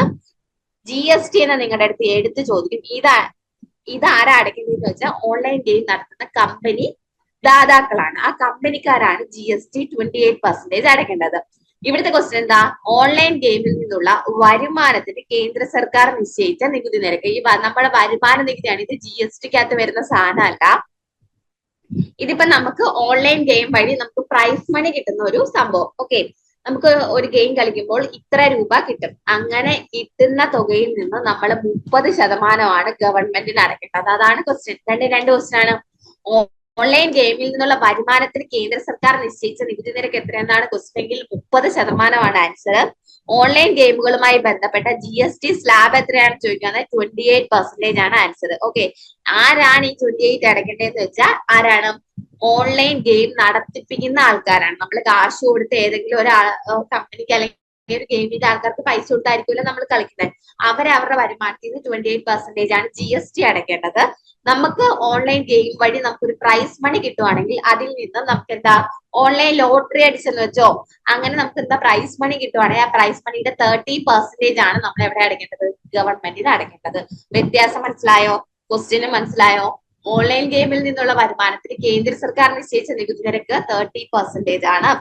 പക്ഷേ ഓൺലൈൻ ഗെയിമുകൾക്ക് ഉള്ള നമ്മൾ GST സ്ലാബ് എത്രയാണെന്ന് ചോദിച്ചാൽ GST നിരക്ക് എത്രയാണെന്ന് ചോദിച്ചാൽ 28% ആണ്. തെറ്റിക്കില്ലല്ലോ? ഈ ക്വസ്റ്റ്യൻ ഞാൻ കണ്ടു, പലരും ക്വസ്റ്റ്യൻ ചെയ്തേക്കുന്ന ഞാൻ കണ്ടു. ഈ ക്വസ്റ്റ്യൻ ആൻസർ 30% കൊടുക്കുന്നതിന്റെ താഴെ കമന്റുകളായിട്ട് യൂട്യൂബ് ക്ലാസ്സുകളിലും അവിടെ ഇവിടെയൊക്കെ ഞാൻ കുറെ എടുത്ത് കണ്ടു. കമന്റ് ആയിട്ട് 28 ആണ് നിങ്ങൾ പറഞ്ഞേക്കുന്നത് തെറ്റാണെന്ന് പറഞ്ഞ് കൊടുത്തിരിക്കുന്നത് കണ്ടു. പക്ഷെ സംഭവം ഇതാണ്. ഓക്കെ, ക്വസ്റ്റ്യൻ ചോദിക്കാൻ സാധ്യത ഉണ്ട്. ഇങ്ങനെയൊക്കെ ചോദിക്കാൻ നിങ്ങൾക്ക് എക്കണോമിക്സുമായിട്ട് റിലേറ്റ് ചെയ്ത കറണ്ട് അഫയേഴ്സ് ഉണ്ട്. അടുത്തൊരു ക്വസ്റ്റ്യൻ നോക്കിയ 2047 ഏത് രോഗം പൂർണ്ണമായും ഇല്ലാതാക്കുന്നതിനുള്ള പ്രത്യേക പദ്ധതികളാണ് 2023 കേന്ദ്ര ബജറ്റിൽ അവതരിപ്പിക്കപ്പെട്ടത്? 2047 ഏത് രോഗം പൂർണ്ണമായും ഇല്ലാതാക്കുന്നതിനുള്ള പ്രത്യേക പദ്ധതികളാണ്? അറിയാമോ? Most of the sites. അതാണ് ക്വസ്റ്റ്യന്റെ വ്യത്യാസമാണ്. ഓൺലൈൻ ഗെയിമിൽ നിന്നുള്ള വരുമാനത്തിനെന്ന് അടിച്ചു കൊടുക്കണം. വരുമാനത്തിനെന്ന്. ഓക്കെ, ക്ഷയമല്ല, സിക്കിൾ സെൽ അനീമിയാണ് കേട്ടോ. ഇതൊരു ഇമ്പോർട്ടന്റ് ക്വസ്റ്റ്യൻ ആണ്. 2047 ആകുമ്പോഴത്തേക്ക് നമുക്കൊരു പ്രത്യേകതയുണ്ട്. എന്താണ് 2047 പ്രത്യേകത? 2047 ആകുമ്പം സിക്കിൾ സെൽ അനീമിയാണ്. 1947 സ്വാതന്ത്ര്യം കിട്ടുന്നു. 2047 ആകുമ്പോ എന്താണ്? നമ്മുടെ സ്വാതന്ത്ര്യത്തിന്റെ 100ാം വാർഷികം നമ്മൾ ആഘോഷിക്കും. അതിലേക്ക് 2023 പ്രഖ്യാപിച്ച ബജറ്റിനകത്ത് ആസാദി കാ അമൃത് മഹോത്സവം എന്ന് പറഞ്ഞിട്ട് നമ്മള് അത് 75ന്റെ ആണ്. അതല്ല, 2047 ആകുമ്പോഴത്തേക്ക് നമുക്ക് എന്താ, നമ്മള് 100ാം വാർഷികം ആഘോഷിക്കുമ്പോഴത്തേക്ക് നമ്മള് സ്വാതന്ത്ര്യത്തിന്റെ അമൃത് കാൽ എന്ന് പറഞ്ഞിട്ട് നമ്മൾ കുറെ പദ്ധതികൾ കൊടുത്തിട്ടുണ്ട്. അമൃത് കാൽ കേട്ടിട്ടുണ്ടോ? ആസാദി കാ അമൃത് കാൽ എന്ന് പറഞ്ഞാൽ 2023 തൊട്ട് 2047 വരെയുള്ള ആ കാലഘട്ടത്തിൽ നമ്മൾ നടത്താൻ ഉദ്ദേശിക്കുന്ന കുറെ പ്രൊജക്ടുകളാണ്. അതിനകത്ത് ഇത് പ്രീവിയസ് ആയിട്ട് ഇപ്പൊ ഈ ഇടയ്ക്ക് ചോദിച്ചു, അതുകൊണ്ടാണ് ഈ ക്വസ്റ്റ്യൻ എടുത്തിട്ടത്. 2047 നമ്മള് കേന്ദ്ര ബജറ്റില് സിക്കിൾ സെൽ അനീമിയ രോഗം അറിയാലോ, നമ്മുടെ RBC ഇങ്ങനെ വളഞ്ഞ് സിക്കിൾ സെല്ല് അരിവാൾ പോലെ ആവും. കറക്റ്റ് നമുക്ക് എന്ത് പറ്റില്ല, ഓക്സിജൻ ക്യാരിയിങ് കപ്പാസിറ്റി കുറഞ്ഞ് പയ്യെ പയ്യെ അതിന് പ്രത്യേകിച്ച് മരുന്നുകളൊക്കെ വളരെ കുറവാണ്. ഒരുപാട് പേര് മരിച്ചുമാണ് പതിവ്. അപ്പൊ നമ്മൾക്ക് അറിയാം വയനാട്ടിലും ആദിവാസി മേഖലകളിലാണ് ഏറ്റവും കൂടുതൽ ഈ ഒരു അസുഖം കണ്ടുവരുന്നത്. അപ്പൊ അത് ഈ ഒരു രോഗം തുടച്ചു നീക്കുക എന്ന് പറഞ്ഞിട്ട് 2047 ഇന്ത്യയിൽ തുടച്ചു നീക്കാൻ വേണ്ടിയിട്ടുള്ള പദ്ധതികൾ എന്ത് ചെയ്യുന്നുണ്ട്, നടക്കുന്നുണ്ട്. ഓക്കെ, അപ്പൊ അതൊന്ന് ഓർത്ത് വെച്ചേക്കണേ. 2023 ബഡ്ജറ്റിൽ കുറെ കാര്യങ്ങൾ പറഞ്ഞിട്ടുണ്ട്. അതുപോലെ 2024 പറഞ്ഞ ബഡ്ജറ്റിലായാലും പ്രത്യേകിച്ച് എന്തെങ്കിലും പദ്ധതികളായിട്ട് നിങ്ങൾ എവിടെയെങ്കിലും ഒക്കെ കാണുന്നെങ്കിൽ ബഡ്ജറ്റിന്റെ നോട്ടൊക്കെ എടുത്ത് വെച്ച് പഠിക്കുക. ബഡ്ജറ്റ് ഞാൻ ഒരു വട്ടം ക്ലാസ് ചെയ്തതാണ്. സിക്കിൾ സെൽ അനീമിയ ഓർത്തിരിക്കണേ. ഇനി വനിതാ സംവരണ ബിൽ 2023 രാഷ്ട്രപതി ഒപ്പുവെച്ചത് എന്നാണ്? അറിയാമോ? ഭയങ്കര ഇമ്പോർട്ടന്റ് ആണ്. നിങ്ങൾ ഈ പരീക്ഷയ്ക്ക് ആയിട്ട് അല്ലെങ്കിൽ വേറെ PSC ഒക്കെ എഴുതുന്ന ആൾക്കാരാണെങ്കിൽ ഉറപ്പായിട്ടും ഈ വർഷം നിങ്ങൾക്ക് എവിടെയെങ്കിലും ഒക്കെ ക്വസ്റ്റ്യൻ, ഓഗസ്റ്റോ 2023 സെപ്റ്റംബർ 28 രാഷ്ട്രപതി ഒപ്പുവെച്ചത് കേട്ടോ. 2023 സെപ്റ്റംബർ 28, 2023 സെപ്റ്റംബർ 28 വനിതാ സംവരണ ബില്ല് രാഷ്ട്രപതി ഒപ്പുവെക്കുന്നത്. വനിതാ സംവരണ ബില്ലിന് ഒരു പ്രത്യേകതയുണ്ട്. എന്താണെന്നറിയാമോ? നമ്മള് പുതിയ ലോക്സഭാ മന്ദിരവും നമ്മളെന്താ സെൻട്രൽ വിസ്ത പ്രോജക്ട് എന്ന് പറഞ്ഞൊരു പ്രൊജക്ട് വഴി നമ്മുടെ പാർലമെന്റ് മന്ദിരങ്ങൾ പുതുക്കി പണിതു അല്ലെ. സെൻട്രൽ വിസ്ത പ്രോജക്ട്, അത് ഓർത്ത് വെച്ചേക്കണേ. എന്റെ സ്ലൈഡിൽ ഇപ്പോഴാ ഓർത്തെ. സെൻട്രൽ വിസ്ത പ്രോജക്ട് എന്ന് വെച്ചാൽ എന്താ? സെൻട്രൽ വിസ്ത പ്രോജക്ട് എന്ന് വെച്ചാൽ എന്തുമായി ബന്ധപ്പെട്ടാണെന്ന് ഓർത്തിരിക്കണം. എന്താ? ഈ പാർലമെന്റ് മന്ദിരങ്ങളൊക്കെ പുതുക്കി പണിഞ്ഞ പ്രോജക്റ്റിന്റെ പേരാണ് സെൻട്രൽ വിസ്ത പ്രോജക്ട്. ആ പ്രോജക്ട് വഴി നമ്മുടെ രാജ്യസഭാ മന്ദിരവും ലോക്സഭാ മന്ദിരവും ഒക്കെ പുതുക്കി പണിതല്ലേ. അതിന്റെയൊക്കെ ഫോട്ടോ ഒക്കെ എടുത്ത് വെച്ച് നോക്കണ, ഇടയ്ക്ക് ഗൂഗിൾ അടിച്ചു നോക്കിയ ഇമേജസിലൊക്കെ കിട്ടും. നല്ല രസമാണ് കാണാൻ. ഓക്കെ, ആ പ്രോജക്ട് മൊത്തത്തിൽ അതിന്റെ ആ ഒരു ഇതൊക്കെ നമ്മുടെ തലസ്ഥാന നഗരം തന്നെ ഭയങ്കരമായിട്ട് മാറുന്ന ഒരു പ്രൊജക്ട് ആണ്. അപ്പോ ആ പ്രൊജക്ട് വഴി നമ്മൾ പുതിയതായിട്ട് പാർലമെന്റ് മന്ദിരങ്ങൾ പുതുക്കി പണിഞ്ഞു. അപ്പൊ അങ്ങനെ പണിഞ്ഞ ലോക്സഭയില് അല്ലെങ്കിൽ പുതിയ പാർലമെന്റ് മന്ദിരങ്ങളിൽ പാസ്സാക്കുന്ന ആദ്യത്തെ ബില്ലാണ് വനിതാ സംവരണ ബില്ല് എന്ന് പറയുന്നത്. ഓക്കെ, ഈ ഡേറ്റ് ചോദിച്ചു. 2023 സെപ്റ്റംബർ 28, 2023 സെപ്റ്റംബർ 28 വനിതാ സംവരണ ബില്ല് രാഷ്ട്രപതി ഒപ്പുവെക്കുന്നത്. ഓക്കെ, ലോക്സഭ പാസ്സാക്കിയത് 2023 സെപ്റ്റംബർ 20, രാജ്യസഭ പാസ്സാക്കിയത് 2023 സെപ്റ്റംബർ 21. ഇങ്ങനെയൊക്കെ എന്ത് ചെയ്യാം, നിങ്ങൾക്ക് സ്റ്റേറ്റ്മെന്റ് ചോദിക്കുന്നെങ്കിൽ ചോദിക്കാം. അതുകൊണ്ട് ഈ ഡേറ്റുകൾ കൂടി പഠിച്ചു വെച്ചേക്കുക. സെപ്റ്റംബർ 20, 21, 28, സെപ്റ്റംബർ 20, 21, 28 ഡേറ്റുകൾ ഓർത്തു വെച്ചേക്കുക. ഓക്കെ, ബില്ലിന്റെ വേറൊരു പേരാണ് നാരി ശക്തി വന്ദൻ അധിനിയം എന്നാണ് കേട്ടോ. അധിനിയമോ എന്നാണ് കൂടുതൽ മലയാളത്തെ അടിച്ചു കാണാറുള്ളത്. ഞാൻ അങ്ങനെ കൊടുത്തേക്കുന്നെങ്കിലും അധിനിയം എന്നാണ് അതിന്റെ ഫുള്ള് കാണുന്നത്. ബില്ലിന്റെ മറ്റൊരു പേര് നാരി ശക്തി വന്ദൻ അധിനിയം. ഓക്കെ, അപ്പൊ വനിതാ സംവരണ ബില്ല് എന്തായാലും പഠിച്ചിട്ട് പോകും. നോട്ട് ചെയ്തോ, അല്ലെങ്കിൽ അറിയാത്ത പോയിന്റ് ഉണ്ടെങ്കിൽ എഴുതിയെടുത്തോ. ഈ നിയമം വഴി എന്താ വന്നേ?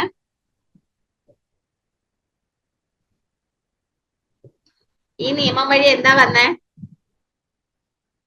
എന്തെങ്കിലും ഒരു ഹിന്റ് വേർഡ് അടിച്ചേ. ഈ നിയമം വഴി എന്താ വന്നേ?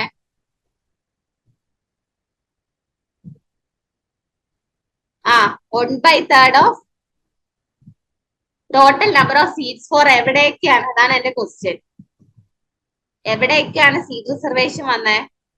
അതായിരിക്കും നിങ്ങൾക്ക് ചോദിക്കാൻ പോകാം. എവിടെയൊക്കെയാണ് സീറ്റ് റിസർവേഷൻ വന്നത്?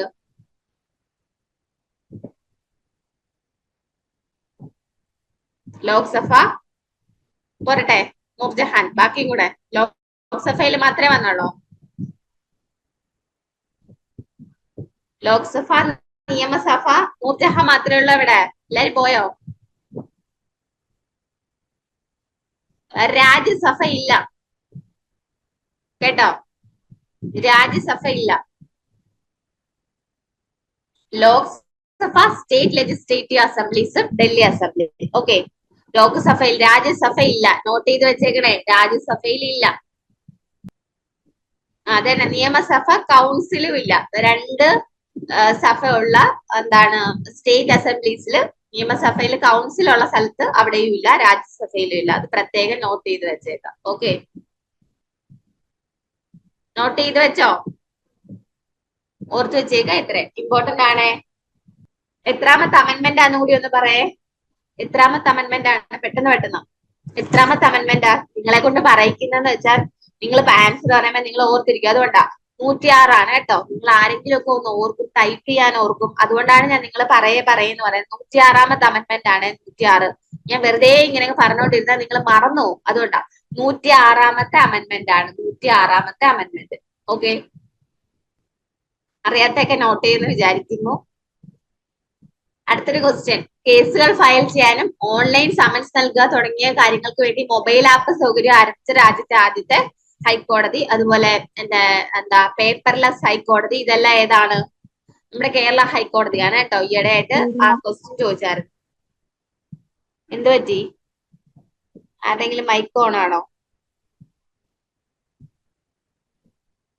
ഓക്കെ, ആ പേപ്പർലെസ് ഹൈക്കോടതി എല്ലാം എന്താണ്?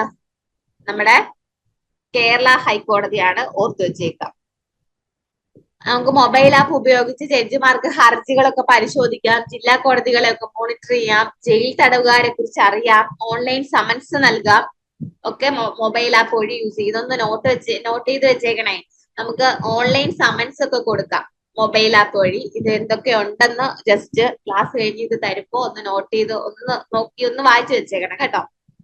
ചിലപ്പോ പെട്ടെന്ന് സമൻസ് ഒക്കെ കൊടുക്കാൻ പറ്റുമെന്ന് ഓർക്കും. നിങ്ങൾ ക്വസ്റ്റ്യൻ കാണാൻ വന്നു പോയാൽ, ഡീപ്പായിട്ട് വല്ലതും ചോദിച്ചു പോയാ. അടുത്തൊരു ക്വസ്റ്റ്യൻ.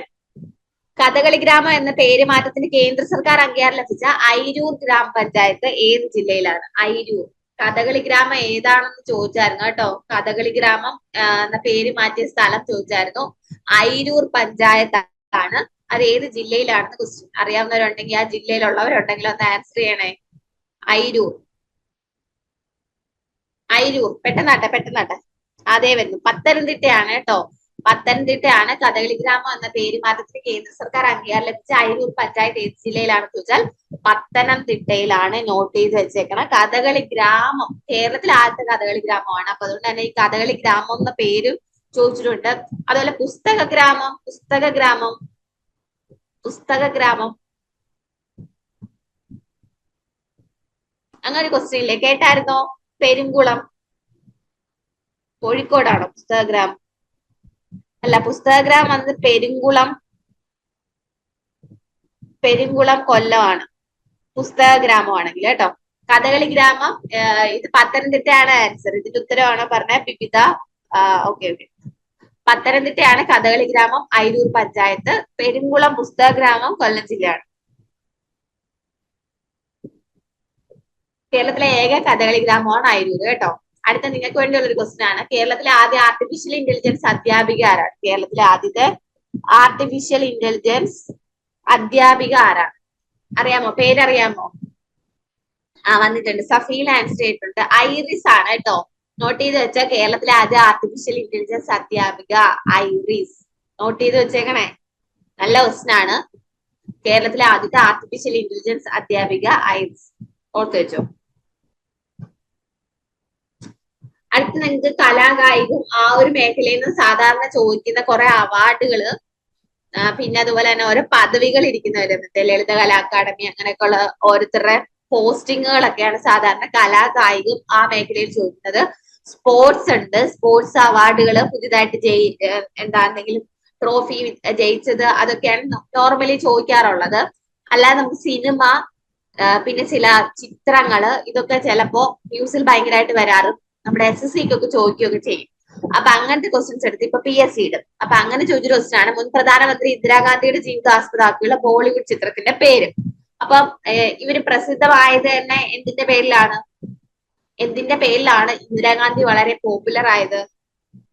അറിയാമോ? എമർജൻസിയിലൂടെയാണ് അല്ലെ? എമർജൻസി ഡിക്ലറേഷൻ, എമർജൻസി കാലത്ത് നടന്ന അടിയന്തരാവസ്ഥ. ഇന്ദിരാഗാന്ധി നോക്കുമ്പോ തന്നെ ഇന്ദിരാഗാന്ധിയുടെ സമയത്ത് നമ്മളെ പലപ്പോഴും വയസ്സെന്നവരൊക്കെ പറയുന്നത് ഇന്ദിരാഗാന്ധിയുടെ സമയത്ത് അടിയന്തരാവസ്ഥ അതൊരു സംഭവമായിരുന്നു കേട്ടിട്ടുണ്ട് അല്ലെ? അത് തന്നെ മുൻ പ്രധാനമന്ത്രി ഇന്ദിരാഗാന്ധിയുടെ ജീവിതം ആസ്പദമാക്കിയുള്ള ബോളിവുഡ് ചിത്രത്തിന്റെ പേര് എമർജൻസി എന്നാണ്. ആരാണ് ഇന്ദിരാഗാന്ധി ആയിട്ട് വേഷം ഇടുന്നത്? ഇങ്ങനത്തെ എപ്പിക് വേഷങ്ങളൊക്കെ നോർമലി ആരാണ് ഇടുന്നത്? കങ്കണ റണൌത്ത് ആണ് അല്ലെ? കങ്കണ റണൌത്ത് ആണ് നമ്മുടെ ഇന്ദിരാഗാന്ധിയുടെ ജീവിതം ആസ്പദമാക്കിയുള്ള ബോളിവുഡ് ചിത്രം എമർജൻസി. ഇന്ദിരാഗാന്ധിയായിട്ട് വേഷമിടുന്നത് കങ്കണ റണൌത്ത് ആണ്. നോട്ട് ചെയ്ത് വെച്ചേക്കുക. അടുത്തൊരു ക്വസ്റ്റ്യൻ വന്നേക്കുന്നത് 2023 സെപ്റ്റംബറിൽ ഏറ്റവും ഉയർന്ന ലേലത്തുകയ്ക്ക് വിറ്റുപോയ ചിത്രമാണ് സ്റ്റോറി ടെല്ലർ. ഇത് വരച്ചത് ആരാണെന്നാണ് ക്വസ്റ്റ്യൻ. Story teller. ഓപ്ഷനിൽ നന്ദലാൽ ബോസ്, രാജാ രവിവർമ്മ, അമൃത ഷേർഗിൽ, അപനീന്ദ്രനാഥ് ടാഗോർ ഒക്കെ ഉണ്ട്. ആരാണ്? 2023 സെപ്റ്റംബറിൽ ഏറ്റവും ഉയർന്ന ലേലത്തുകയ്ക്ക് വിറ്റുപോയ ചിത്രമായ ദ സ്റ്റോറി ടെല്ലർ വരച്ചത് ആരാണ്? ഓപ്ഷനിൽ നന്ദലാൽ ബോസ് ഉണ്ട്, അമൃത ഷേർഗിൽ ഉണ്ട്, അപനീന്ദ്രനാഥ് ടാഗോർ ഉണ്ട്, രാജാ രവിവർമ്മ ഉണ്ട്. ആരാ? ചുമ്മാ ഒന്ന് ഗസ് അടിച്ചേ. അമൃത ഷേർഗിലാണ് കേട്ടോ. അമൃത ഷേർഗിൽ നൂർജഹാൻ പറയുന്നുണ്ട്. അമൃത ഷേർഗിലാണ് ആൻസർ. അപ്പോ 2023 സെപ്റ്റംബറിൽ ഏറ്റവും ഉയർന്ന ലേലത്തുകയ്ക്ക് വിറ്റുപോയ ചിത്രമായ സ്റ്റോറി ടെല്ലർ വരച്ചത് അമൃത ഷേർഗിലാണ്. ഓക്കെ. അങ്ങനെ നാരി ശക്തി വന്ദൻ അധിനിയമം വന്ന ഡേറ്റ് ഒന്ന് പറഞ്ഞേ. പെട്ടെന്നൊന്ന് ടൈപ്പ് ചെയ്ത എല്ലാരും. സെപ്റ്റംബർ 28 എവിടത്തേക്കാണ് റിസർവേഷൻ ഇല്ലാത്തത്? എവിടത്തേക്കാണ് റിസർവേഷൻ ഇല്ലാത്തത്? രാജ്യസഭയിലേക്ക് റിസർവേഷൻ ഇല്ല. ഓർമ്മയുണ്ടല്ലോ അല്ലേ? കേരള ബാങ്കിന്റെ പ്രസിഡന്റ് ആരാ? കേരള ബാങ്കിന്റെ പ്രസിഡന്റ് ഗോപി കോട്ടമുറിക്കലാണ്. ഏറ്റവും കൂടുതൽ തവണ അടുത്തടുത്ത ബഡ്ജറ്റ് അവതരിപ്പിച്ചതിന്റെ റെക്കോർഡ് ആർക്കാ? നിർമ്മല സീതാരാമൻ. ഏറ്റവും കൂടുതൽ തവണ ബഡ്ജറ്റ് അവതരിപ്പിച്ച ആരാ? മൊറാർജി ദേശായി. മൊറാർജി ദേശായി ആണ്. ഏറ്റവും ദൈർഘ്യമേറിയ ബഡ്ജറ്റ് അവതരിപ്പിച്ച വർഷം ഏതാ? ഏറ്റവും ദൈർഘ്യമേറിയ ബഡ്ജറ്റ് അവതരിപ്പിച്ച വർഷം 2020 ഏറ്റവും ദൈർഘ്യം. 2022 ഏറ്റവും 2020 ആണ് കേട്ടോ. 2020 ഏറ്റവും ദൈർഘ്യമേറിയ ബഡ്ജറ്റ് 2 മണിക്കൂർ 40 മിനിറ്റോളം വരുന്ന ബഡ്ജറ്റ്. ഓക്കെ. ഏറ്റവും ദൈർഘ്യം കുറഞ്ഞ ബഡ്ജറ്റിന്റെ ഇപ്പോഴത്തെ റെക്കോർഡ് ഏത് വർഷത്തെയാ? ഇപ്പോഴത്തെ റെക്കോർഡ് 2024 ആണ്. ഓക്കെ ആണല്ലോ? ജോലികളെല്ലാം ഓക്കെ അല്ലേ? അമൃത ഷേർഗിലിന്റെ ചിത്രം 61.8 കോടി രൂപയ്ക്കാണ് ലേലത്തിൽ വിറ്റുപോയത് കേട്ടോ. നോട്ട് ചെയ്ത് വെച്ചോ. അടുത്ത ക്വസ്റ്റ്യൻ ഇതും ഇപ്പൊ ഈ ഇടയ്ക്ക് ചോദിച്ചു. സാമൂഹ്യനീതി വകുപ്പിന്റെ കീഴിൽ കേരള സാമൂഹ്യ സുരക്ഷാ മിഷന്റെ നേതൃത്വത്തിൽ ആരംഭിക്കുന്ന ഡിമൻഷ്യ സൗഹൃദ കേരളം പദ്ധതി. ഓപ്ഷൻ കണ്ടാൽ ചിലപ്പോ പറയല്ലേ, ഡിമൻഷ്യ എന്ന് വെച്ചാൽ ഓർമ്മക്കുറവ് വരുന്ന ഒരു അസുഖമാണെന്നൊക്കെ അറിയാലോ അല്ലെ? അങ്ങനെ വരുമ്പോ ഓർമ്മത്തോണി ഓർത്ത് വെച്ചേക്കണേ. ഡിമൻഷ്യ സൗഹൃദ കേരളം പദ്ധതിയാണ് ഓർമ്മത്തോണി. നോട്ട് ചെയ്ത് വെച്ചേക്ക. ഓർമ്മത്തോണി. ഓക്കെ. നമുക്ക് പദ്ധതികളൊക്കെ നിങ്ങൾ പഠിക്കാൻ ഞാൻ പറഞ്ഞു തന്നിട്ടുണ്ട്. തോണിയാന്ന് തോന്നിയത്. ഓക്കെ. അപ്പൊ നമുക്ക് സാമൂഹ്യ നീതി വകുപ്പിന്റെ കീഴിൽ നമ്മുടെ സോഷ്യൽ ജസ്റ്റിസ് ഡിപ്പാർട്ട്മെന്റ് സൈറ്റ് എടുത്ത് നോക്കിയാൽ നിങ്ങൾക്ക് കുറെ പ്രൊജക്ടുകൾ കാണാൻ പറ്റും. ആ സൈറ്റ് ഇനിയിപ്പോ ഓടാനൊന്നും നിൽക്കണ്ട. ഏതോ സിനിമയിൽ ഇങ്ങനെ ബിന്ദു പണിക്കർ അയ്യോ എന്റെ തയ്യൽ മെഷീൻ, അയ്യോ എന്റെ പിന്നെ തേപ്പോട്ടി എന്നൊക്കെ പറഞ്ഞ എല്ലാം എടുത്തോണ്ട് ഓടാൻ നിൽക്കുന്നതാണെങ്കിൽ നിങ്ങൾ ഓടാനൊന്നും നിൽക്കണ്ട. നിങ്ങൾക്ക് പഠിച്ച് കഴിഞ്ഞ് കംഫർട്ടബിൾ ആണ് എന്ന് തോന്നുന്ന സമയത്ത് ഇരുന്ന് ജസ്റ്റ് അല്ലെ ചോറ് കഴിക്കുന്ന സമയത്തൊക്കെ വേണം ഇങ്ങനത്തെ ക്വസ്റ്റ്യൻസ് ഒക്കെ വായിച്ച് പഠിക്കാനായിട്ട്. അല്ല നിങ്ങൾ ഇരുന്ന് ഓടിച്ചിട്ട് പഠിക്കാനൊന്നും നിൽക്കണ്ട കേട്ടോ. അപ്പൊ പിന്നെ നമ്മുടെ തലയിലൊന്നും നിൽക്കില്ല. ഇങ്ങനത്തെ കാര്യങ്ങളൊക്കെ സമാധാനമായിട്ട് ഇരുന്ന് വായിക്കണം. ഞങ്ങൾക്ക് എവിടുന്ന് സമാധാനം കിട്ടാനോ, ഞങ്ങൾക്ക് ദിവസം ഇല്ല, അയ്യോ കുറെ ദിവസം കിട്ടിയായിരുന്നോ, പഠിക്കാൻ പറ്റിയില്ല, അങ്ങനെയൊക്കെ ഉള്ളവരാണ് തോന്നുന്നു കൂടുതൽ ഇരിക്കുന്നത് അല്ലെ? അടുത്തൊരു ക്വസ്റ്റ്യൻ. ഗ്ലോബൽ സയൻസ് ഫെസ്റ്റിവൽ 2024 വേദി വളരെ ഇമ്പോർട്ടന്റ് ആണ്. വേൾഡ് സയൻസ് ഫെസ്റ്റിവൽ ആണ്. ഗ്ലോബൽ സയൻസ് ഫെസ്റ്റിവൽ 2024 വേദി ആർക്കെങ്കിലും അറിയാമോ? ഒരു ഊഹം, ഒരു ചെറിയ ഊഹം. കേരളത്തിലായിരുന്നു. നമ്മുടെ തോന്നക്കൽ ലൈഫ് സയൻസ് പാർക്കിലായിരുന്നു കേട്ടോ. 360 degree Thonnakkal life science park അറിയാമോ?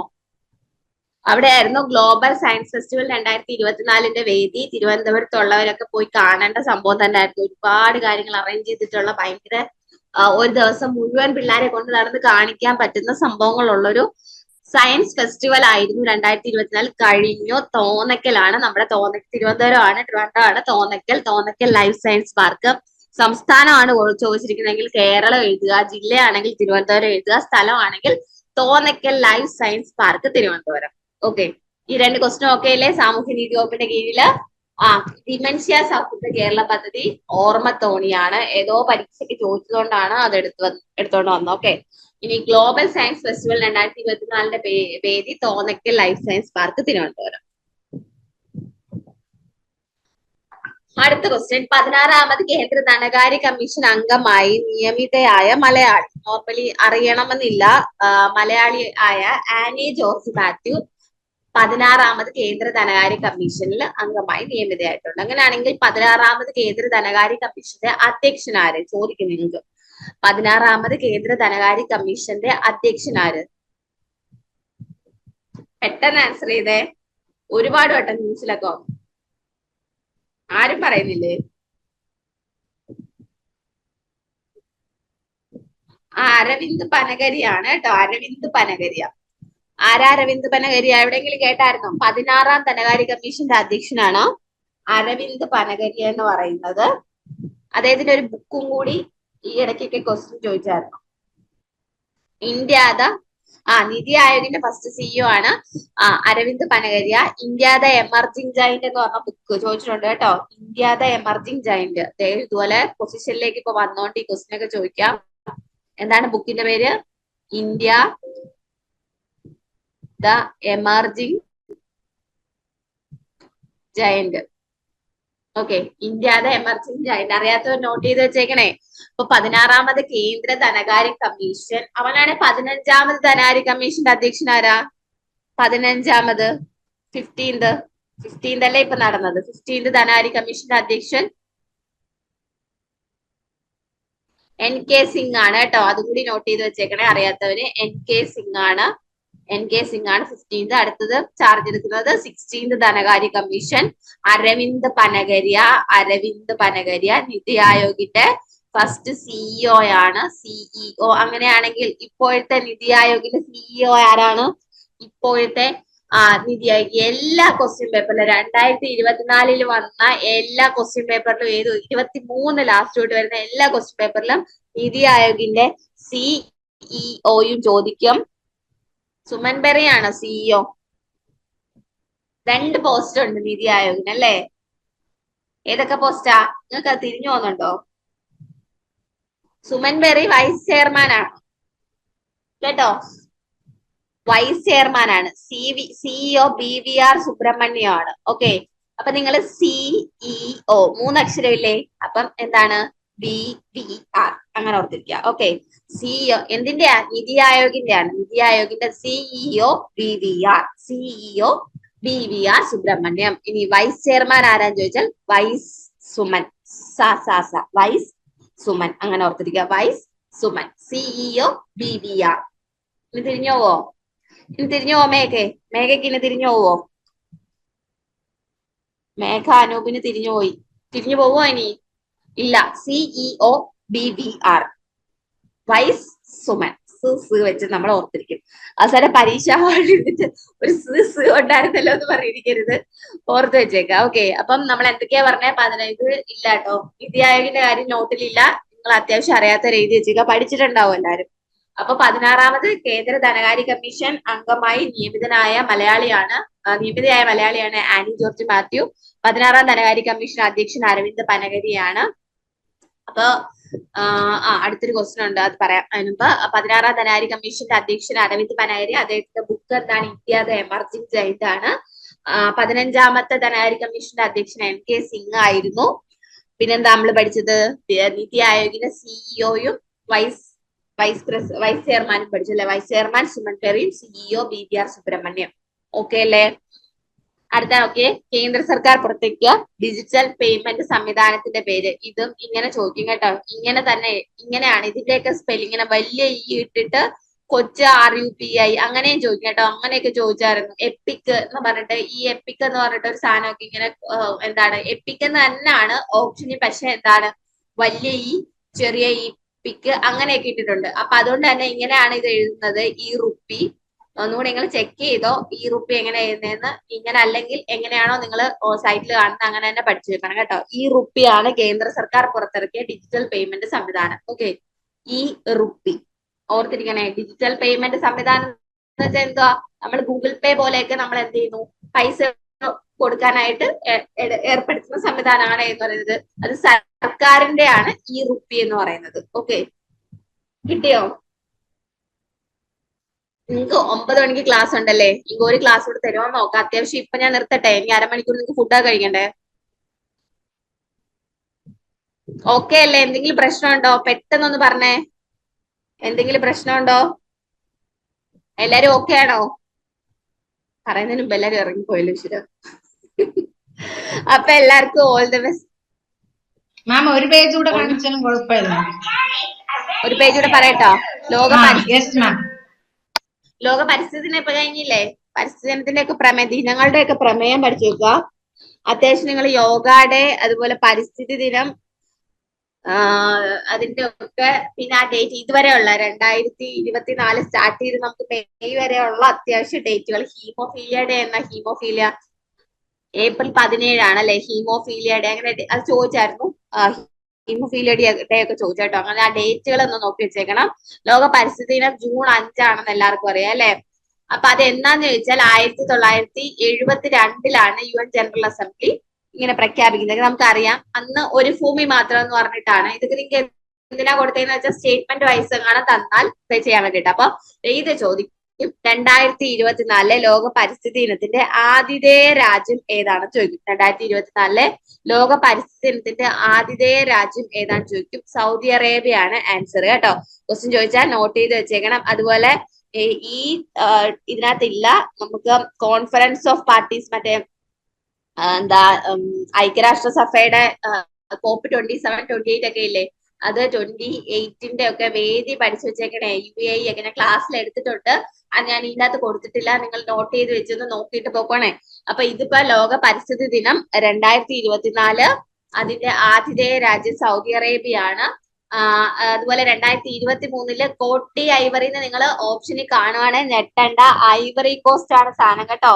2023 ആതിഥേയ രാജ്യമാണ് ചോദിക്കുന്നത്. എന്നിട്ട് നിങ്ങൾ ഓപ്ഷനിൽ കോട്ടി ഐവറി എന്ന് കണ്ടാൽ ഞെട്ടിപ്പോവരുത്. ഏതാണ് ആതിഥേയ രാജ്യം എന്ന് ചോദിച്ചാൽ അത് ഐവറി കോസ്റ്റ് എന്ന് കേട്ടിട്ടില്ലേ? ഐവറി കോസ്റ്റിന്റെ പേരാണ് കോട്ടി ഐവറി എന്ന് പറയുന്നത് കേട്ടോ. 2023 കോട്ടി ഐവറിയാണ്. 2024 സൗദി അറേബ്യയാണ്. ഓർത്തു വെച്ചേക്കാം. തീമും പഠിച്ചു വെച്ചേക്കണം. 2023 ഇതുവരെ ചോദിച്ചത് ഏതായിരുന്നു? പ്ലാസ്റ്റിക് മലിനീകരണത്തെ തോൽപ്പിക്കുക എന്നുള്ളതാണ്. ഓക്കെ, അതെങ്ങനെയാ ചോദിച്ചതെന്ന് വെച്ചാൽ ഇങ്ങനെ തന്നെ ചോദിച്ചു. ബീറ്റ് പ്ലാസ്റ്റിക് പൊല്യൂഷൻ എന്ന് തന്നെ ഇട്ട് ചോദിച്ചിട്ടുണ്ട്. ബീറ്റ് പ്ലാസ്റ്റിക് പൊല്യൂഷൻ എന്ന് തന്നെ മലയാളം ഇംഗ്ലീഷ് ഇതിങ്ങനെ ടൈപ്പ് ചെയ്ത് ചോദിച്ചിട്ടുണ്ട്. Beat plastic pollution 2023. അങ്ങനെയാണെങ്കിൽ 2024 തീം എന്താണെന്ന് ചോദിക്കും. ഭൂമി പുനരുദ്ധാരണം, അതായത് land restoration, desertification and drought resilience ആണ്. അതായത് ഭൂമി പുനരുദ്ധാരണം, മരുഭൂവൽക്കരണം, വരൾച്ച പ്രതിരോധം. ഇതാണ് 2024 തീം. ജൂണിൽ നടന്ന ഡേ ആയതുകൊണ്ട് തന്നെ നിങ്ങൾക്ക് ചോദിക്കാൻ സാധ്യതയുണ്ട്. അതുകൊണ്ട് പഠിച്ചു വെച്ചേക്കുക. ലോക പരിസ്ഥിതി ദിനം. അതിന് തൊട്ട് മുമ്പ് നിങ്ങൾ എന്തൊക്കെ പഠിക്കും?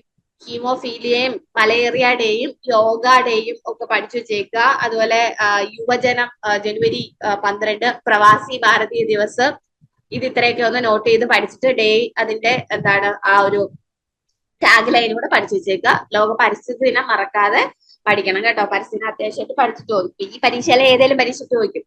ഓക്കെ, അപ്പൊ കുറെ പേരായിട്ട് ലെഫ്റ്റ് ആയി പോകുന്നുണ്ട്. ഇനി ഞാൻ ക്ലാസ് എടുക്കുന്നത് ചതിയായി പോകും. അതുകൊണ്ട് ഒരു ക്ലാസ്സും കൂടി സാറ് തരുവാണെങ്കിൽ ബാക്കി കുറച്ച് കാര്യം കൂടെ ഉണ്ട്, അതും കൂടി പറഞ്ഞു തരാം.